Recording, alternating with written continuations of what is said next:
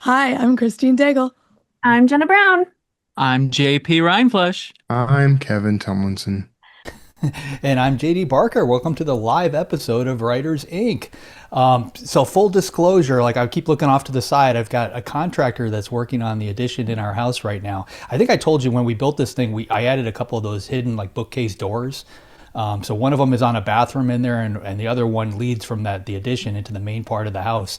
I guess with like the change in temperature and stuff, the wood's been swelling and shrinking or doing whatever. But like this guy had to come back in and adjust them. But he just got himself locked in the room, like the door closed and like he couldn't open it from the inside because the lock is on the outside. So like I'm watching him on the security camera because I want to make sure he doesn't actually do that again, and he knows the camera's there. So if I see somebody doing one of these, then I might need to bolt and go let my contractor out of the addition. I guess Always with the caveats, short version. JD. Perfect. You always have to have some out. Yep. So this is what happens when you add a bookcase door to your house. So this is a room Yeah. without a handle on the inside. I see how it is, Janie. Yeah, Okay. I mean, this is What's just that? they another. weren't they weren't in there yet, right? When you guys came to visit, like that was Yeah, it still was under there when construction. it was kind of in shambles, but I went through the bookcase Okay. when I came to visit. Yeah. Yeah, so there's a handle on one side and it looks like a door, and then it looks completely like a bookcase on the other side.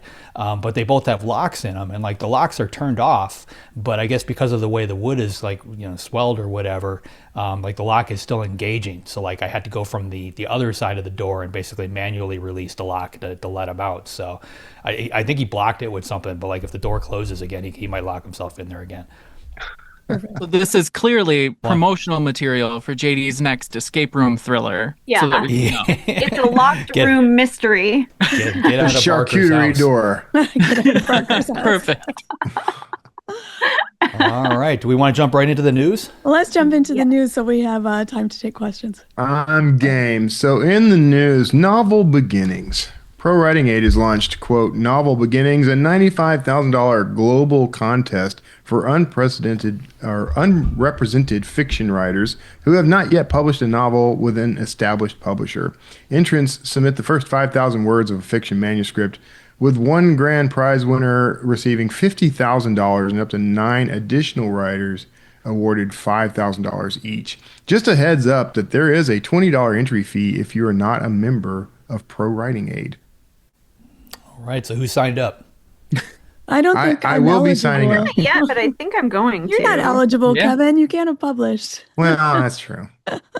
I thought it was just if you weren't represented. Oh, I think it said unpublished, so I don't know. It says not yet published a novel with an established publisher. Oh. So Oh, interesting. that leaves it open Oh. for indie authors. How do you It- qualify established publisher? Yeah, that's a good question. That That's is- why I haven't done it yet, because I got an email out to Chris to ask him some questions about it. So, and also to find out if there's a way for me to get on the inside track and win. That's Right. that's what I'm really Are after. you going to sign up? I don't think I qualify. No, you don't, because No. yeah, Because of, yeah. Yeah. Oh, I see. Yeah. That's okay. But I money know. I've is got a always brief good. window in which I qualify. There you go. Yeah, I Might don't as well know. Take it. I would have to look because I have the rights agreements for audio. So who knows? Yeah, that's a good point. Yeah, you just Well, announced your JP, deal. let me ask you a question. Like, yesterday. Do you, you've been doing pretty well selling your books just on TikTok, right? Like, Yeah. do you need an agent at this point? Like, do you even want I actually one? have one. So Oh, you do? Okay. yeah, I have one with the Night Agency, who are the ones that did the Heated Rivalries agreement for HBO, and they do the subsidiary rights for audio. So Yeah. So is this something that would even interest you, or you like feel like this is? I haven't even looked at it, to be honest. So I don't know. I'm just I curious have because I've seen a lot of people over the last few years, they just basically starting as indie authors and like an agent and going that traditional routes, like not even on their radar anymore. Yeah, I've considered the trad route. I think I would like to do it for at least one book or two, but I really do like the process and stuff that I'm doing right now. So Hmm. Yeah. I like the $50,000. yeah, That's yeah. just a thing. I have a thing for $50,000. Just a Just little a thing. quirk of mine. It's just Yeah. so weird, so rare. Nobody saw that coming. So weird, so rare. Next up, Washington Post Book World. The Washington Post announced mass layoffs affecting roughly 1/3 of its staff, citing financial pressures, and confirmed that its book department will be shut down. The closure ends a short rival of Book World, which was relaunched in 2022. Yeah, that's a bummer. It's always sad to see newspapers no longer having book sections. Yeah. Yeah. It feels like that's always the first to go. Like, they always cut the books first, which so dumb. I think I read they were cutting a lot of their podcast stuff too. I don't know how much they do, but like. So what you're saying is there's an opening. Yeah, there might be. Hey, and if you win that contest, then you can have that on the. If I win the contest, I can opening of your cover letter. That's right. Well, since all these aren't going to exist anymore, I'm just going to put them on my resume as things that I did. You might want to have Alex edit that out. CEO of Washington Post Book World. Proved me wrong. We got more stories here. We got a couple more stories here. So, can book streaming save the literacy crisis? Book streaming is emerging as an unexpected literacy tool, with top creators live streaming themselves reading books aloud, modeling the act of reading rather than just talking about it. Probably doing much better than I'm doing. The trend taps into a real crisis. Fewer than half of Americans read even one book last year, and Gen Z reports especially low enjoyment of reading, raising concerns about attention spans, comprehension, and reliance on summaries or AI shortcuts. The appeal of top creators lies in visible imperfection, mispronouncing words, pausing to look things up, and reflecting on how reading helps them communicate better, making reading feel accessible rather than academic or elite. The movement is gaining cultural validation, suggesting that live stream reading could normalize books within digital-first, youth-driven spaces. I like this, I think. Normally I'm opposed to things that normal people do online, but I'm guessing you're good at it though. Like I read a book to my daughter every night, and like I am the worst reader when I've got to read something out loud. And like I've done tons of appearances at bookstores and stuff like that. And like I stopped reading my own books like probably a month into the very first book tour. Like that just wasn't going to happen because I read too fast. I stumble over the words. My daughter is actually better at it than I am. She does the different voices and like she gets all into it. But I've never been able to do this. Yeah, I find this super fun and a good evolution for storytelling in general, because like I do live stream. I do the like Pomodoros or like the co-working space. And I've gone to events where you do live readings of poetry or snippets of your book. And like it taught me how to speak better to other people and sort of like convey what I write. And this just seems like an evolution of that, because we've got now the fact that we can live stream this, that people can access this later if they get the rights to, or if they don't get in trouble for it. But like on Twitch, for example, you have replays, so people could go back and they can listen to it again. And then you have the community aspect, because you have a chat that can be ongoing, people talking about what they're listening to, and then be able to sort of interact and sort of process it. So it's like additive audiobooks and a communal audiobook experience. Yeah. I like about this. So I just did a conference, was it last weekend? Shout out to Confusion in Michigan, their 51st year. And they asked if I wanted to do a reading. And I'm like, no. I always say no. But because I have airway issues. I have scar tissue in my airway and repeated surgeries. Reading for me is very difficult. But I kind of like that they're like, this is human and you don't have to be perfect. Yeah. So I like that idea of it. And what I like about hearing authors read, especially when they're reading at conferences or conventions, when they have a short period of time, is how they'll kind of maybe skip over a few things and summarize. Mm-hmm. And, that kind of just makes me think about my own work too, and what I might be self-editing better. So I do like hearing authors read their own work. I'm thinking about this now, and I'm kind of thinking like I would love to do this like a fireside chat kind of thing, where I'm like sitting in a smoker's vest and got my pipe, and I've got one of my books, and I'm maybe even put on like an English. I'll let you borrow the fireplace back there. I should totally come to your place and do it. We're going to be mobile here in a week or so. I should do that, and because I could see, I think the way I interpret this is it's basically just more content, right? But I Mm-hmm. wonder if you could just do, like, if I read a chapter a night, every night until the book was done. So, 20 to 30 chapters, about a month's worth of reading as a live stream or something. I wonder if that would have an impact. Yeah. And you Yeah. could always put the links, like go get the full audiobook or go get the ebook or whatever. Just have that streaming across. I Yeah. think I Yeah. might try this. I'm definitely And going to check them out for some of these live streamers for sure. Yeah. yeah, and That's like I said, the interactivity is such like a strong part of it, and I think that that's one of the big fallacies, in my opinion, about literature is that we're sort of told that this is our book and we can't talk about what we did behind the scenes, or like we have to just give this to somebody and they have to interpret it at face value. But we never do that for artwork. We never do that for poetry. We never do that for dance. People are allowed to talk about what inspired them, what drew them to do those pieces, and really allow them to talk about it. So this gives that venue for a chat to react live to how you're reading it, and then for you to take a minute, and if you need to, like, explain what drove you to do this part and really start to give more of a deeper connection to the reader of how you made the story. Yeah. I mean, even if you don't read like the whole book, like Kevin's idea, just even if you're thinking content wise, reading a part of it and then doing that, like opening that up to that Q&A and Yeah. just like, there's a lot that you can do with that sort of encourages like a curiosity, which I think is like one of the things that makes people pick up a book, right? I mean, that's what hype is. They just are getting enough curiosity that you feel like I have to check this out. So I think that there's definitely an opportunity to use your own words and Yeah. create that same curiosity.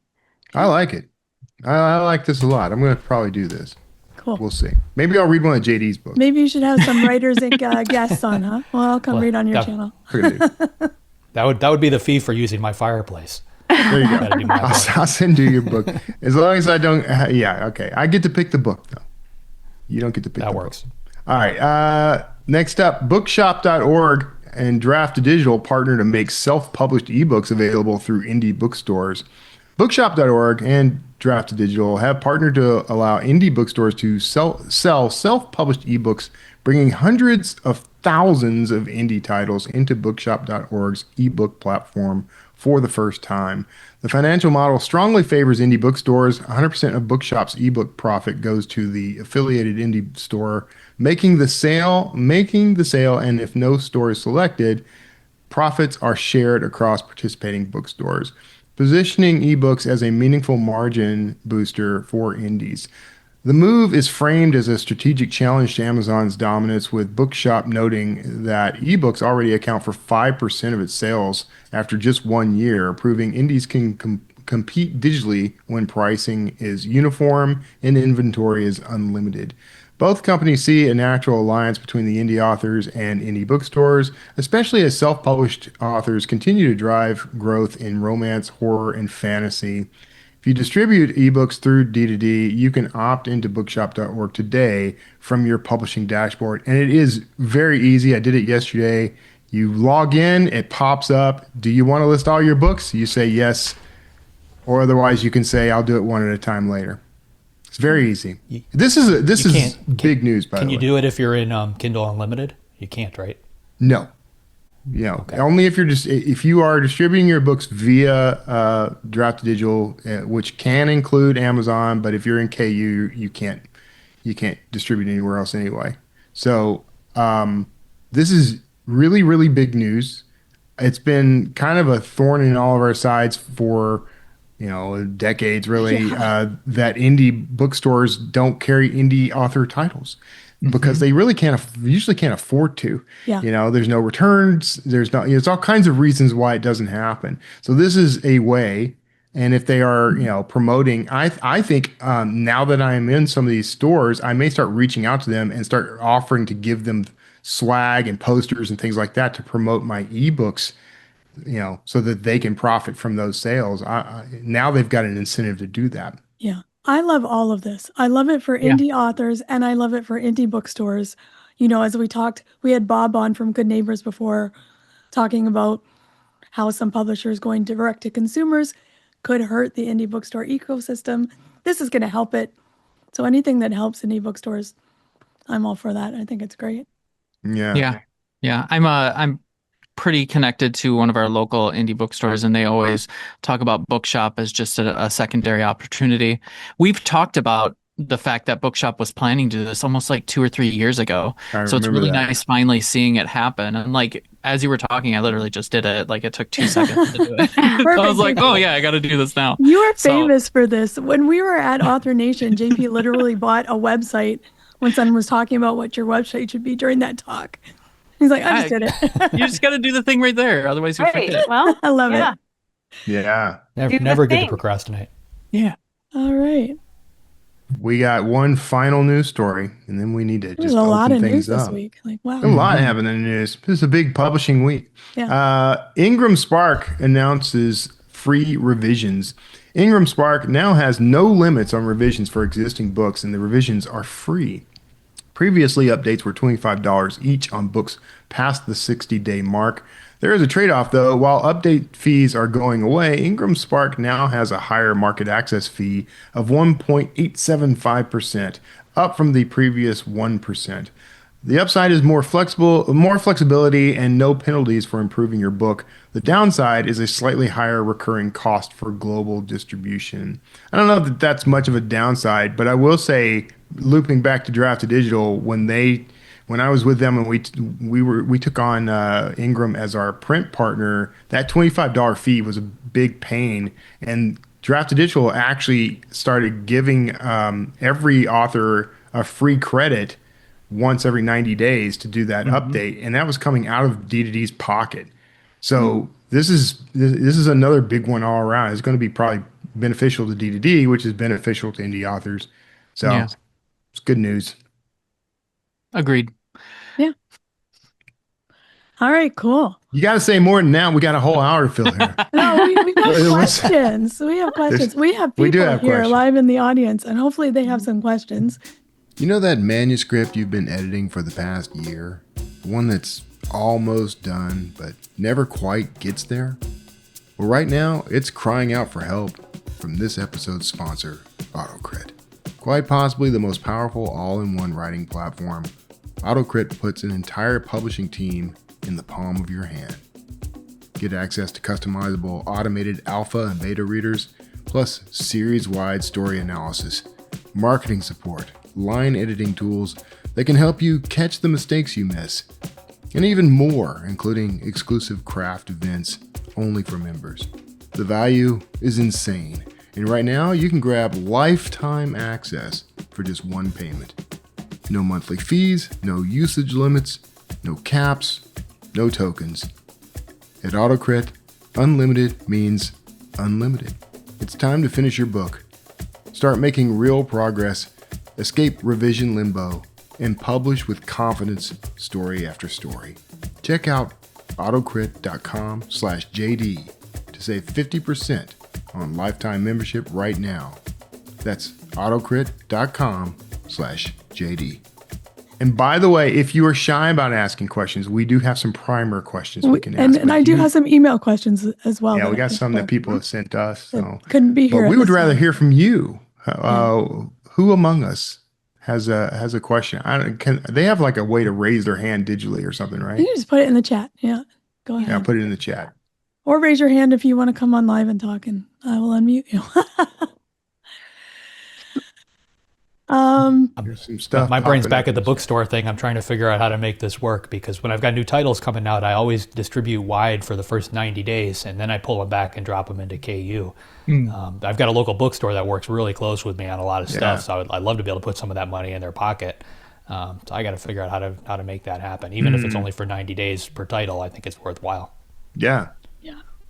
As long as it can be withdrawn. I mean, and D2D usually is pretty good about guaranteeing that. So if you distributed via D2D and you withdrew it, they are pretty good about going and making sure that it got taken down. So we got questions come in. Well, I know we have at least a couple in the comments, and we got somebody raising their hand. So who wants to do the deal? That you, Christine? I accept Sure. zero responsibility. Yeah. Okay. Oh my goodness. Look at all of these questions. Let's start with a couple in the chat maybe, and then I will. See, look. Oh, we're okay. all Everybody much wants to taller come in on. person. Okay. I was told I'm shockingly short, but we were all taller in person. You are shockingly short. Okay, let me see if I can unmute people because I have muted everybody. All right. So you will get a notification to unmute. Jay, I'm going to unmute you if you want to come on and ask your question. Hi, everyone. Hi. So nice to meet you. My question is, how do you determine whether an idea for a story has enough substance to become a full-length novel or might be more suitable for a short story? That's a good question. I'm going to let JD answer first. That's easy. You write the story, and if it's 80,000 words, you call it a novel. And if it's 10,000 words, you call it a short story. Yeah, somewhere around the 120,000 word mark, I realized that my latest short story was probably a novel. That's honestly what always happens to me. Like I start writing it out thinking that it's going to be a short story, and then it ends up growing up into something else. Yeah. But I think for a lot of these, you end up you get the idea down on paper, and like once you get past that initial big moment of getting that idea revealed, it's difficult to determine whether it's going to be something you can stretch on because you hit that muddy middle. And like if it's a book, you've got to fill all that, and a lot of short story ideas just don't have the kind of legs that it takes to do that. Yeah. So I mean, before I write anything, I try to come up with a beginning, middle, and an end, and that usually dictates, at least in my head, how long it's going to be. Point of view, if I've got multiple point of view characters and stuff, it's obviously leaning towards novel, things like that. So, JD, Sorry, go ahead, Kevin. Have you ever started a novel, gotten to the muddy middle, realized it was probably a short story, and revised it down? I haven't for a very long time, but when I first started really writing fiction, I did a ton of short stories for magazines and newspapers back in the day. And I had two of them that basically started getting too long. I think one hit like 23,000 words. And then I started thinking novel, but then I finished it and it still only ended up around 40,000 words. So ultimately we ended up releasing it as a serial novel, but through a magazine. So it came out, I think it was like 4 or 5 different issues. They just kind of split it up.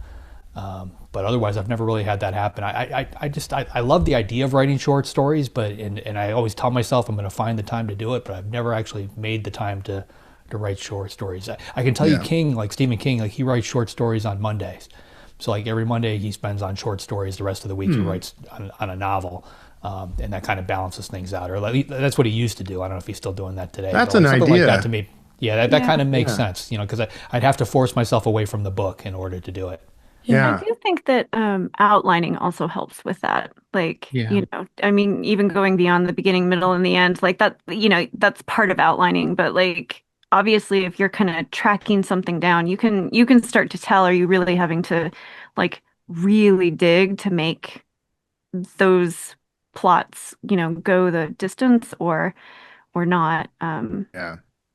The more you think about a story, I think the more obvious like it kind of becomes on what length it's going to end up being. Yeah. Yeah. Short stories, I think, tend to be more viable than a lot of authors think out of the gate because, there used to be tons of markets for them and then those markets dried up. So I think a lot of people stopped writing short stories.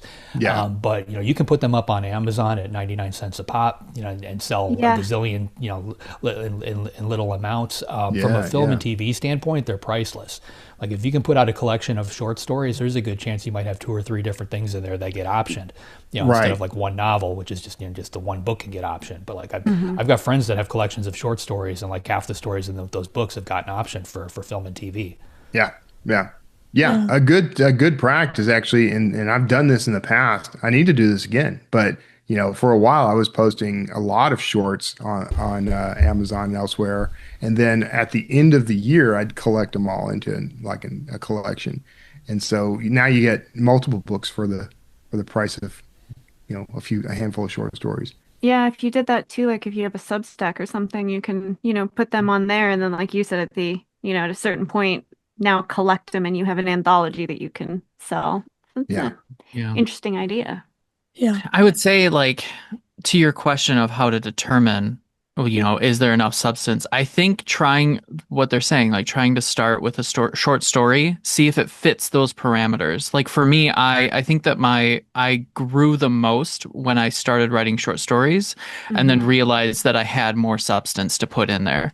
My short stories, I was following a method that basically was like, if I can put it into 5 chapters, the first chapter being that conflict, the thing that describes what's the turn, what's the thing that happens, and then we have some like choice that needs to be made that happens at some point. We have build up in 2 of those chapters, and then the fallout in that 5th chapter. And if it fit in that, then it was a short story. If it didn't fit in that, all of a sudden it's like, oh no, this is becoming longer than it needs to be. And that's when it's like, okay, this is a novel. The short stories, I think I wrote 4 or 5 of them before I was like, okay, I've got an idea for a novel. I know that it can be much longer than the parameters of a short story. So there's the substance. But it took the practice to do it. Yeah. This was just very similar to one of our email questions, which was, hold on.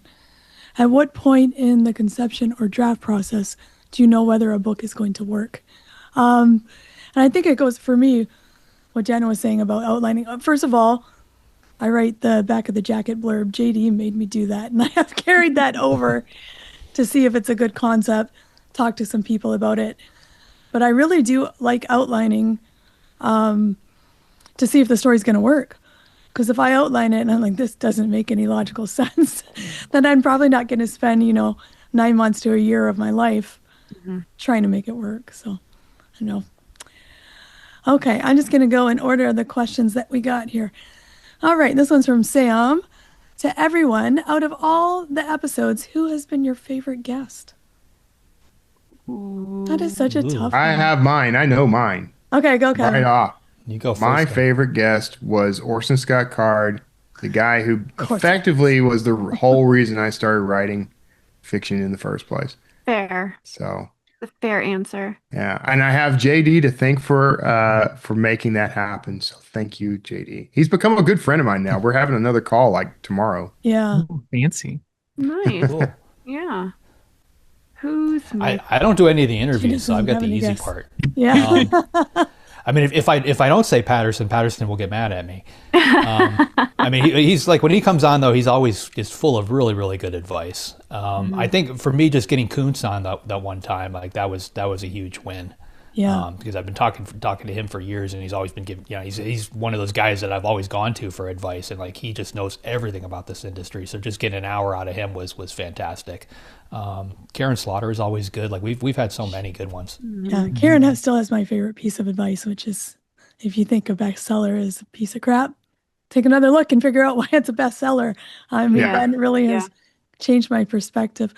I got to shout out Ewan Morrison because we became friends after we chatted, and we still have chats and offer each other advice. And I appreciate community. So Yeah. yeah. I would say mine was probably Hugh Howey.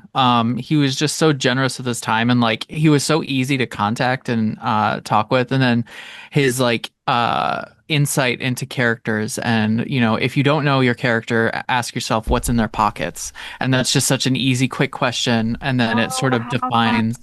Yeah, and so like that was just such a fun thing. And then like he's just such a humble person to talk to, so he was my favorite. Yeah, he's super nice. JP just slid up in those DMs. I can't pick a favorite. I can't do it. Can't Matthew pick a favorite McConaughey child, was good. Jenna? Yeah, he was. He Yeah. was very man. good. Matthew McConaughey was all right. All right. Yeah. You're not Trademark. allowed to say that anymore. Didn't he trademark that? Oh, yeah. I didn't do it in his voice. So Nice. Oh, we have a comment from Philip, and I just have to read this because it just made me laugh out loud. And that's why I was laughing in a way that was not appropriate for whatever Kevin just said, because I was reading comments. After meeting you all at Author Nation, I learned you're all much taller in person. Yeah. See? yeah. How Yeah. tall are we? Jenna's not Much tall. shorter. Jenna's not Yeah, tall. I don't. But I was don't know if wearing he- twice the pants that I am wearing now. So I'm Did he meet fair Jenna? warning. Maybe he met Yeah. the rest of us. Yeah, Hi. Jenna's not tall. Yeah, he met the whole group. He came around to our booth and everything when we were at the Reader Nation thing. I guess maybe Jenna was sitting down or something. I am perfectly average. Okay. There's nothing wrong with being short. Embrace You're it. missing the whole thing. He thought she was like micro. That's what he thinks. Oh Like my she looks like she. Look at her. Look how much headroom she has in the frame right now. Well, There's like a whole other person there. Oh my when you God. take the subway, do you have to duck under the turnstile? Like, are you able to, or can you just walk? Like, She has to be careful not to slip through the gratings and stuff. Oh my God. Yeah. Ha ha ha. And this is the abuse that gets I won't cut tell. out of the podcast. I won't tell any Oompa Loompa jokes from Charlie and the Chocolate Factory. Oh my gosh. Okay, Brandon, I think you were next with your hand. I'm going to ask you to unmute and come on and ask your question. Hi, everybody. A great show. I really enjoy listening to you guys. I was curious to know if you were to. So I wrote a nonfiction probably in 2011, and I'm getting ready to. I'm working on my second draft of my first novel, and I'm debating should you consider those like Writer's Digest contests, or if you were in that position, would you at this time think about submitting to a contest or looking at like trying to find an agent or doing self-publishing? If you were starting at that point in time, what things would you consider when making that decision? Oh my goodness. I need more information. What is the nonfiction project about, and what genre are you writing in fiction? Like, Okay, are so they related in any way? Not at all. The nonfiction was it's called the Mormon War. It's kind of about the history of Jackson County, Missouri, which is where I live, and I just got access to a bunch of documents through the Missouri Attorney General's office and just kind of researched it and wrote it. My novel is it's a I'm looking at it as like a young adult. It's kind of like a Princess Bride meets Treasure Island meets. I've done a lot of historical research about the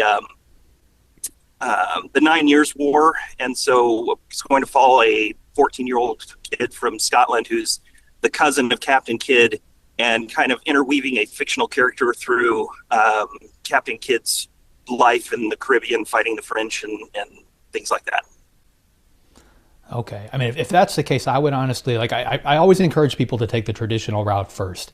I think it's important to experience all that. If you can get a book published in the traditional world, you can see exactly every step from start to finish over those first couple of years. And I think it's good to have that knowledge in your toolbox, if you decide to go the indie route. At least you understand the entire process. I would probably query agents on both of these projects, and I would probably query them both separately, almost as if you're two different people. And I'm not saying use a different pen name or anything, but I would query the nonfiction project and the fiction project totally separate from each other, and see if either of them lands, and then follow up from there. Yeah. And maybe I should clarify the nonfiction has been published. It was published by Westholme Publishing out of Pennsylvania somewhere, and so I actually that's on contract with them. I don't actually control the rights to publish it now. It's with them, but but actually I don't know if I can call those back either. So Yeah.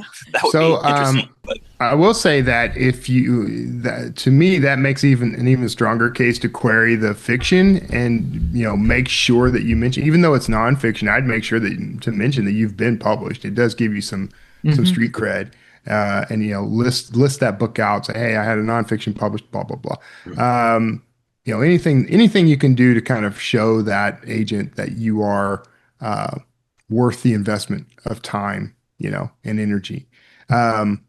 I don't know, JD, how you feel about this, but my thought is that, like, if I were going to submit something, I'd give it a timeline on how long before I decide I'm just going to self-publish it. But that's because I self-publish first.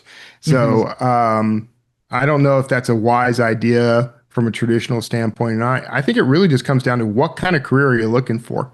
How much control do you want to have? Does it matter to you? Because self-publishing can be a long tail kind of thing. It can take a long time for something to kind of take off and for you to actually, succeed at it financially or otherwise. Same is true for for traditional publishing. But if you do manage to land a deal, it can give you a lot more traction in the future. I don't know. Yeah. Well, I honestly don't see it as an either or situation. Like, I think you need to query agents. If you get a bunch of rejections, I think it's important to figure out why they're rejecting you, and see if it's a problem that can actually be fixed, because a lot of times it can be. If you're getting a ton of rejections, there's a reason. And if you can weed that out of the book, that's going to obviously make the book that much better. I don't think anybody should self-publish or indie publish unless they could have gone the traditional route and just choose not to. They could have gotten a traditional publisher, they could have gotten an agent. The book is that good, but they decide to put it out on their own. I think that's kind of important. I personally mix it up quite a bit. I've got indie published, I've got hybrid titles, I've got trad titles. They all land in different places. They all get, like the trad titles, you can find them in Costco, you can find them in Target, you can find them in Walmart. You're not going to find my indie titles there, but you're going to find my indie titles in a lot of places where the trad market doesn't necessarily touch. So I use it all as a means to just get in front of more and more people. So I every time I've got a book ready to go, I always, look at that book and, decide, like, what is the best means of publication for this? What's going to put it in front of not only the largest audience, but, hopefully an audience that I haven't touched yet. And so I can rope in some new readers into my overall fold. So I use every aspect of it to try and basically broaden my readership. Yeah. And I think, Brandon, you had asked about contests first. And I think there are a lot of great contests out there and people who have gotten great traditional publishing deals from contests. Yeah. You just have to do your due diligence. By the way, you're not limited. You can do contests and while start you're querying for agents. Yeah. I wondered about that. That's a great point. Thank you. Yeah, they tend to not want. You'll hear people say not to, double up on queries, but this is kind of different because it wouldn't do anything but benefit that agent if that thing did suddenly land, a contest. Yeah. A lot of times those contests come with representation. You have the option to be represented by somebody as a result of it. The thing is, you got to be cautious about the contests. Really vet them, because there's so many out there that they're really just a money grab. Yep. Writer's Digest, I trust a little more than others, but I mean, I'm still wary about. I used to submit to contests all the time, and I've won a few here and there, but it's never benefited me all that much, other than maybe put a few bucks in my pocket. But you can use those things though, like in your query letter too. Yeah. Like if you get long listed or short listed, it's just communicating to the agent that obviously like other people have seen. Plus it lets you put award-winning novelist on your stuff. Well, yeah. So I mean, those are nice to put even just the query letter, if that's all it does, like it helps, I think. Yeah. As my minor soapbox alternative option, because I started self-publishing because I was in a room with a bunch of indie authors, and I think that was the reason why I started self-publishing, was because I had access to other authors. So I think that regardless of the path that you choose to take, whether it's trad or self-publishing, get yourself around a group of other authors so you have connections, so you can ask them questions. Is this a good contest? Is this a bad contest? What would you suggest otherwise? All those sorts of things are so helpful. And I think that I consistently hear from a lot of people that writing is a solitary practice, and I vehemently disagree, because I think that there's so much to do with connectivity and communication and being able to have a community of authors around you to ask questions to help you grow.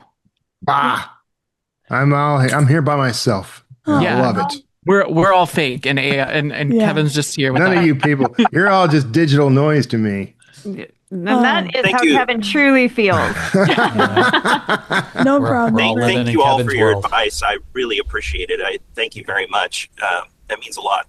No problem. Absolutely. Sure thing. All right. Brian, did you want to ask live? You give us a nod. Yes. I want to thank Brian for sharing his lunch with us too. Appreciate that. There it goes. It's finally going. Can you all hear me well enough? Yeah. You sound fine. Okay. I didn't know how well to trust my truck's Bluetooth or not. Thank you all for this time. I love listening to your podcast while I'm out on my routes. So my question is, I think I already know the answer. I just want to get your all's opinion on it.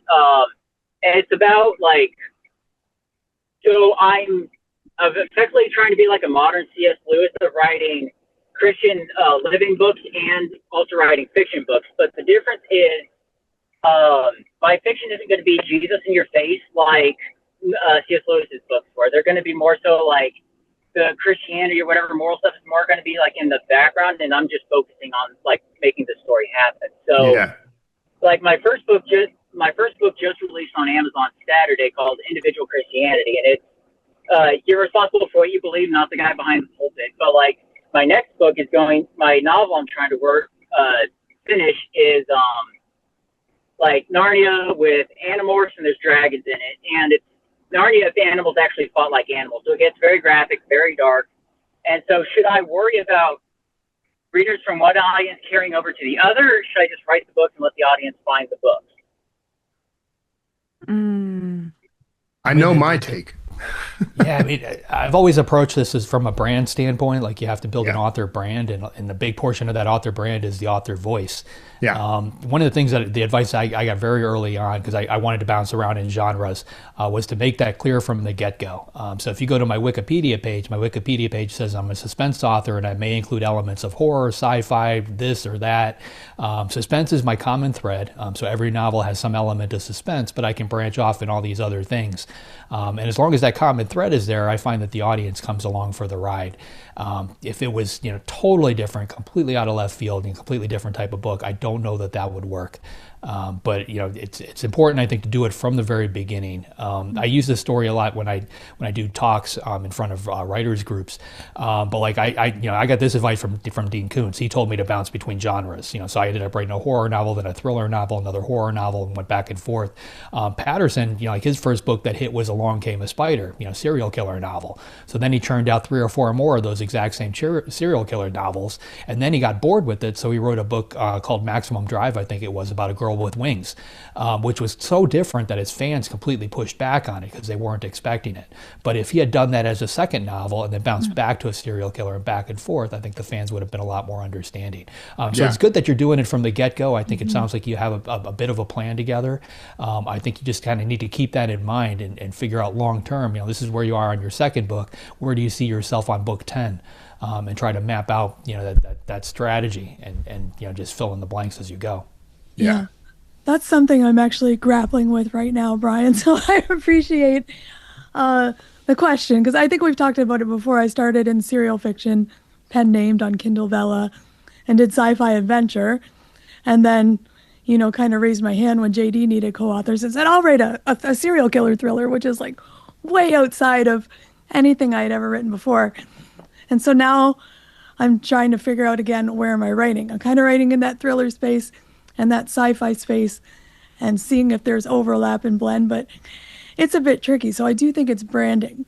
Like, how can you find the commonality between what you're writing and, is that close enough for the audience to cross over between one and the other? I will clarify too. I'm trying to take Joanna Penn's model of like using separate author names. So like the Christian Living will be under J. Brian Wright, and my fiction will be under J.B. Wright, to kind of get like a name separation between the two. So my only caution on that is that it's 2 separate brands, and it means that you have twice the brand work to do, twice the marketing, it's going to, I'm not advising against it. You just need to know up front, one brand may gain traction. You might have to pick and choose your darlings at that point. I purposefully decided early on that I was going to do probably a little bit more of a Dean Koontz model. Like I've written cross genre my entire career so far, and I'm just going to make that even wilder in the coming books. But I think it does come down, that whole brand idea is the point. You could potentially marry those 2 pen names under one brand.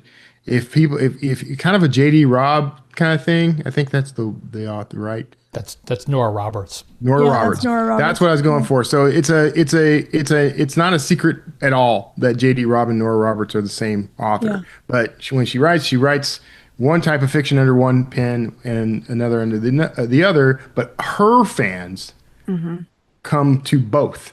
Yeah. I've read both. I think most of her fans probably do, and maybe there are those who prefer, the JD Robb books over the others.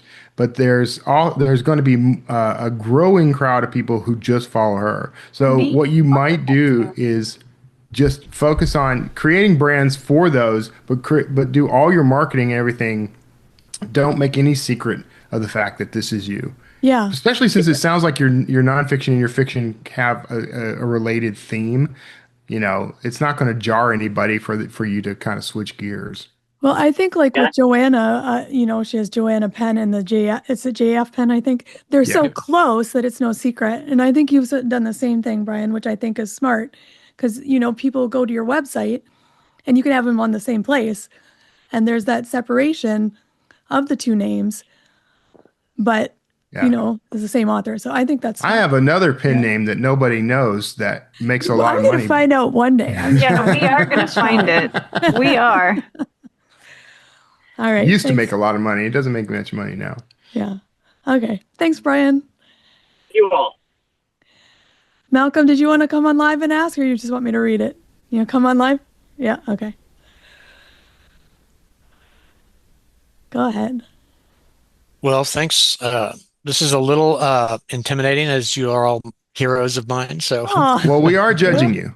Yeah, so I thought you would be. That's why. Yeah, but I'm planning on publishing my first novel this year. And for those of you who have been in the industry for a long time, if you looking back to before you published your first book, what would you change? If you could change anything, what would it be? I know I personally wouldn't change anything. I mean, I spent 2 decades working behind the scenes as a book doctor and a ghostwriter. And like a lot of people have asked me, like, what would have happened if you started publishing books in your 20s instead of my first one came out when I was 43? The truth is, I don't think the books would have hit as well as they're hitting now, because I needed that 20 years of a learning curve behind me to really figure out what I was doing. So I wouldn't change a thing. Yeah. For me, I love my early work, but I would have written. I learned a lot later that I wish I could go back and apply especially in terms of consistency. I would write more early.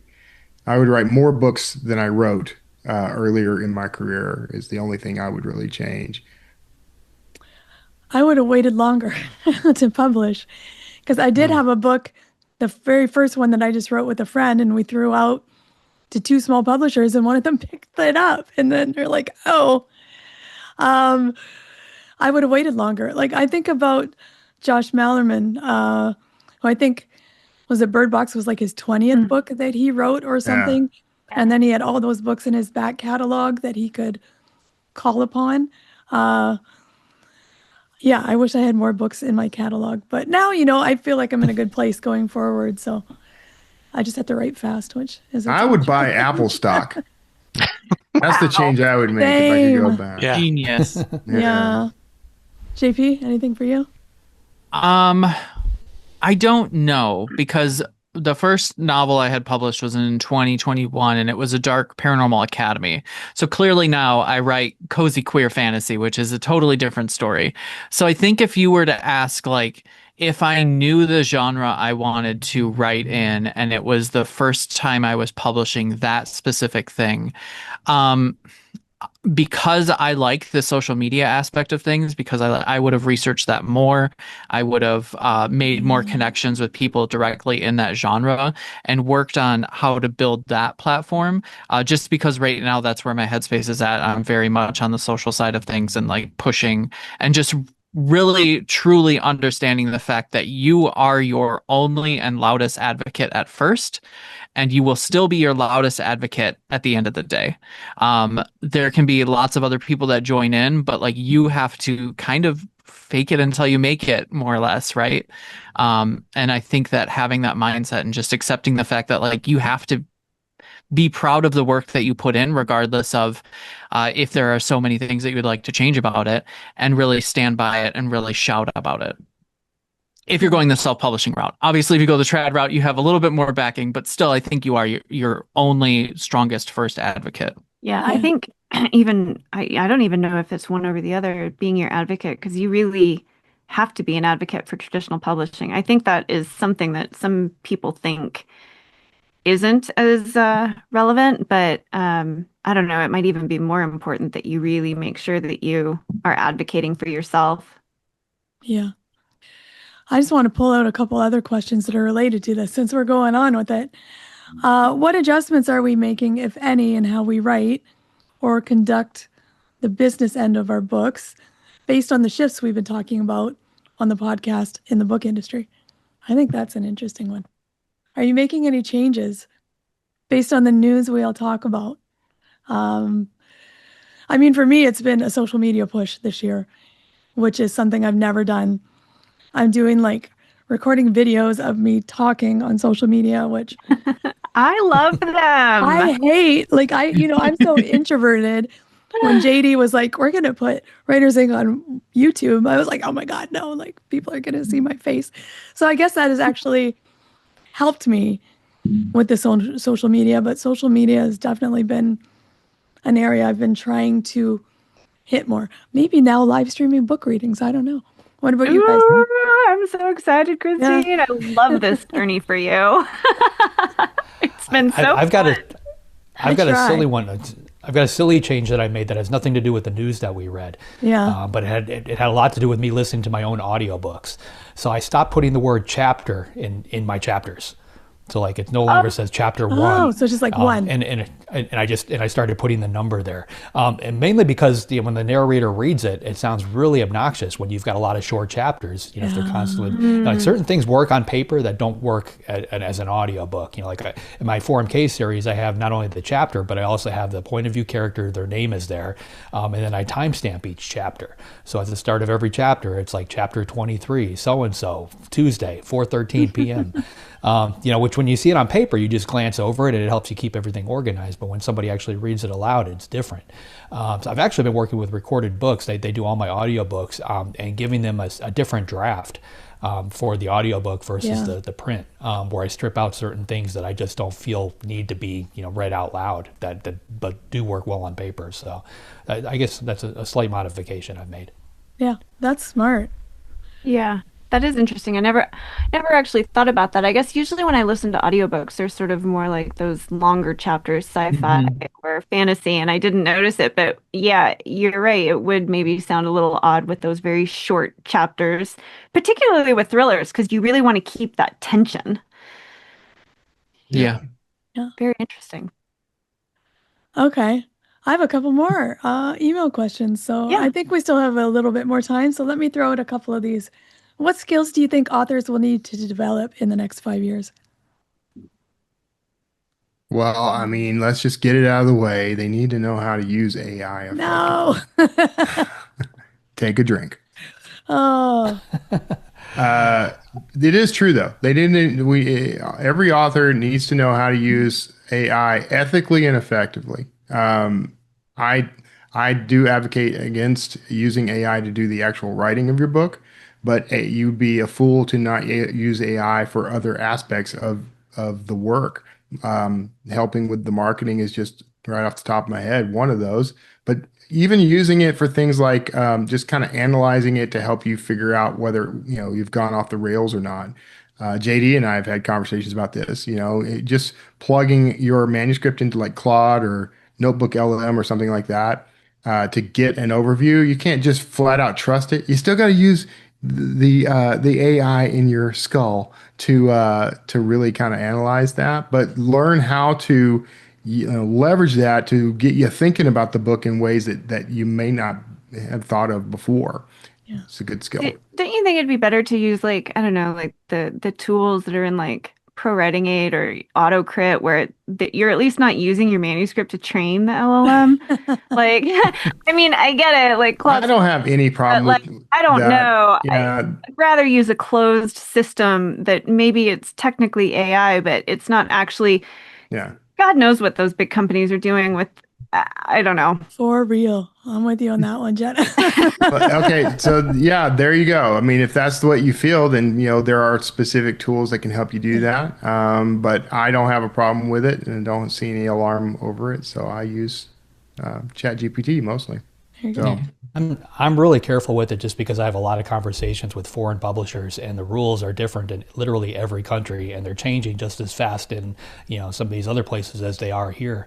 And Kevin, I listened to the Wordslinger podcast, so I was actually ready to throw my phone across my gym while I was listening to you at one point. So let me ask you a question. So if you use ChatGPT or whatever one, it gives you one solid gold sentence that you really love, and you drop it in your book. Now, when you upload that book to Amazon, are you checking off the little box that says you used AI? I will not. Do you check off your box if you use a sentence that other humans have used? It's not the same thing. It's not asking if other humans. It's not. Amazon's not asking you if you. And and first of all, I don't think I've ever done that. But second of all, that's not the definition of using AI to generate the work. If you borrowed a sentence from AI, there's nothing about that means you used AI to write it. I guess the danger. Well, but Amazon's not asking you what percentage of your book was written by AI. Yeah. They're just asking you whether you. I'll just go on a limb, and I'm not an attorney. Don't follow me for legal advice. I would absolutely 1,000% never tell Amazon that you used AI in any aspect whatsoever on your book. It's only going to come back to bite you in the butt. So that's a Kevin Tumlinson. My big concern, the reason I'm bringing this up is, in talking to these foreign publishers, this is still working its way through the court system in literally every country. And right now, there's no real definitive answer as to whether you can have AI content at any level in your book. And at some point, that is going to come to a head. The Supreme Court in the U.S. is going to rule on it. Their counterparts in other countries will rule on it. And depending on where that lands, if you have AI in your book and they decide that you're not allowed to have AI in your book, they can pull those books. Amazon is collecting this data right now so that they can, basically even more reason not to say anything. Yeah, but it's not going to be just about saying anything. A lot of them are. Okay, but they're going to get. Okay, so the problem is they're not going to be able to scan, first of all, with any accuracy and determine that you're using AI. They might false flag on you, but that's going to happen whether you did or not. AI records they can. If your user data gets released and it's in there. I'm first of all I'm on the record saying don't use AI to write the book. But if I use AI to help me with editing the book, how's that using AI to write it? There's no AI content there. It went over my content. Ethics, please wave in. I don't know. Tell you what, I'm going to do it my way. You guys need to do it whatever way you feel is safest. But I'm 1,000% sure I'm going to come out on top. Our lawyer. We do have a lawyer in the audience who says there is software that scans documents for use of AI. So if you don't disclose, there could be serious repercussions if you're required to disclose and have a false answer. We use them for pleadings in court. Thank you. All right. That's honestly that's kind of where I was going with this, and I'll add this one point so we can close out the topic. Yeah. What's going to end up happening here is foreign publishers, people that are actually bankrolling these kind of things, they're going to run these books, any book, through whatever system they they feel is necessary to check it. And if you get a false positive or positive, it's not going to matter because they probably won't publish the book even on a false positive. You can plead your case, but they're not going to take that risk. Yep. So it's best just to steer clear. And I think it's a slippery slope. You use one sentence, on this book, the next book you're using a paragraph, next book you're using a chapter. It's a very slippery slope. Yeah. All right. I think we started a few minutes late, so I'll just want to ask one to close out. This is mine. We always ask our guests what advice you would give to new or aspiring authors. I just want to know what advice you give that's personally hard for you to follow. Oh. I'll start with mine. Mine is don't care what your readers like, don't pay attention to what your readers think, and you can't control that, so don't worry about it. I do worry about it. So there's the advice I give myself that I can't take. I read all the reader reviews on Goodreads that I see, basically, so good or bad. And if it's a bad review, I try to pull whatever I can out of it to see if there's justified, if there's something worth tweaking. I think any kind of feedback is useful. Yeah. I mean, the advice I tend to give everybody is just write every day. I think that's probably the most important from what I've seen. You need to be consistent about it. That's the only way you're going to get better, and it's the only way you're ever going to really finish. You'll eventually get a book done. If you're writing every other weekend or whatever. But if you really want to take it seriously, I think it's one of those things where you need to do it every day. Yeah. Yeah, that's hard for me personally to follow, but I do agree with it. I'd try, but that one's probably the hardest. Yeah. Yeah. Anything else?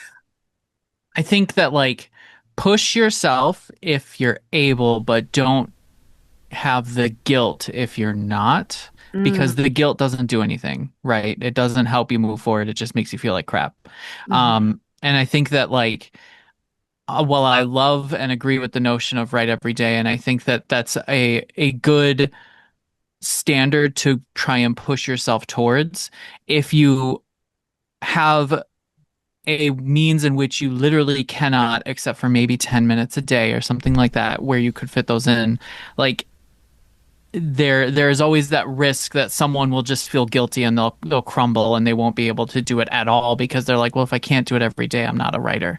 And I think that we have some of these quote unquote golden rules that exist that only exist for 90% of the population. So I think that don't have the guilt is the big thing for me. Mm-hmm. Yeah. All right, great. I guess I should ask JD, who is up next week? Next week, we've got Benjamin Hale coming on. Benjamin's writing has appeared in Harper's Magazine, Paris Review, the New York Times, Washington Post, and many others. He teaches at Bard University in Columbia. He's got a new book coming out called Cave Mountain, A Disappearance and a Reckoning in the Ozarks, and it's based on the real-life disappearance of his cousin. So that should be good. Benjamin Hale. All right, sounds great. If you'd like to be notified as soon as new episodes publish, make sure you go to writersincpodcast.com and sign up now. We'll see you next episode, and have a great week of writing. Thanks for listening to this episode of Writers Inc. Access the show notes and leave a comment at writersincpodcast.com.